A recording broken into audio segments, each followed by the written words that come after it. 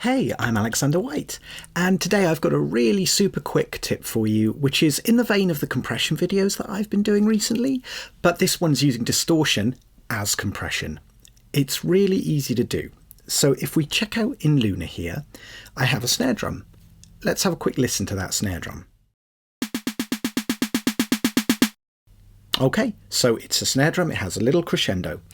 When you're doing drums, whether it's electronic drums or acoustic drums, they can be quite dynamic, especially if you just want a little snare rush or a little snare fill or something.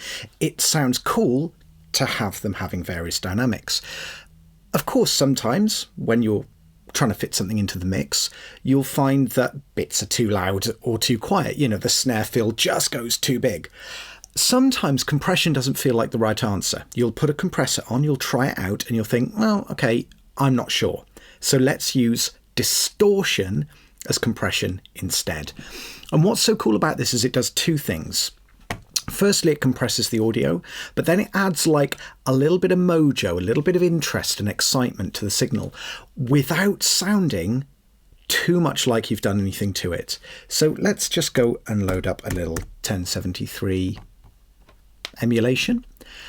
With the 1073, if I turn the fader right down for a moment and then flick over to this section here on the red control, this is where basically what's happening is it's emulating what would happen if you ran a line level signal into the mic level signal. It will distort. It doesn't matter what distortion you use, or rather it matters very much what distortion you use, but they're all cool and they're all different, so try it. I love preamp distortion for this kind of thing, and it's great that I've got an emulator that emulates preamp distortion, but you can try all sorts of different distortions, and you absolutely should try all sorts of different distortions. So first of all, let's go and see what it sounds like when we distort it and see where is too much and back it off and find a nice place. So here we go. What happens if we turn it right up? Okay, cool. So it kind of goes a little bit mad.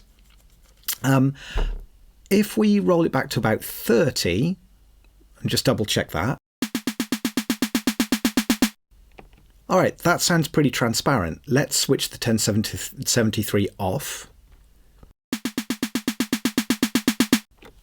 and back on again.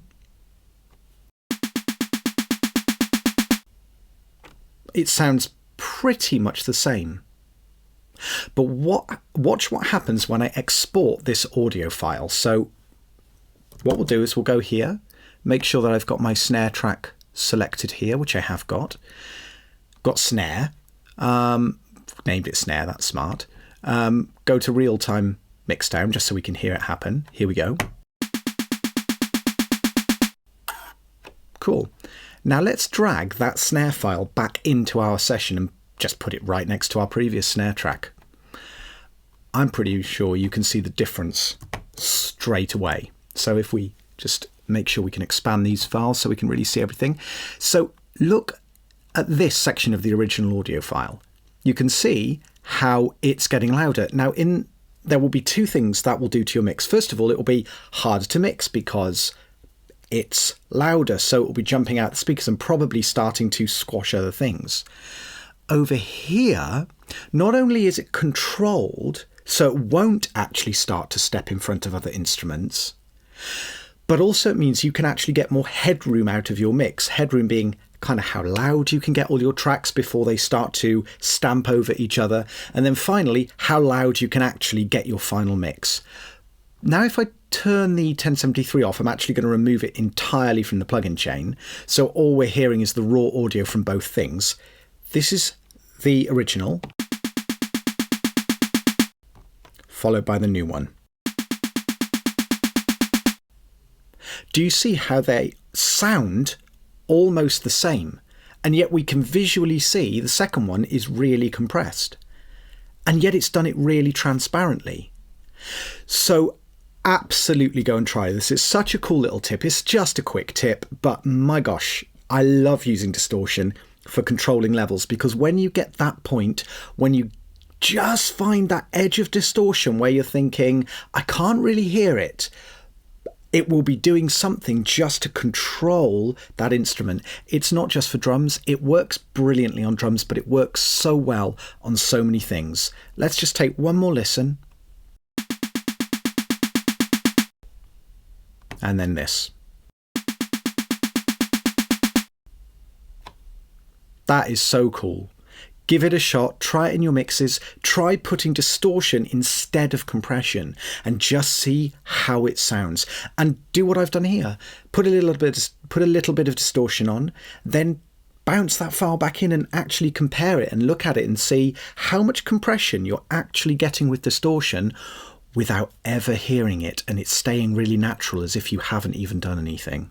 It's really cool. Thank you so much for watching this tiny little quick tip. I hope you had a lot of fun. I hope this is helpful in your mixes. Please let me know if you would like to know any more about doing this, or if you are wondering if it works on like anything. It does work on anything. I've answered that question. There's no reason to ask me that.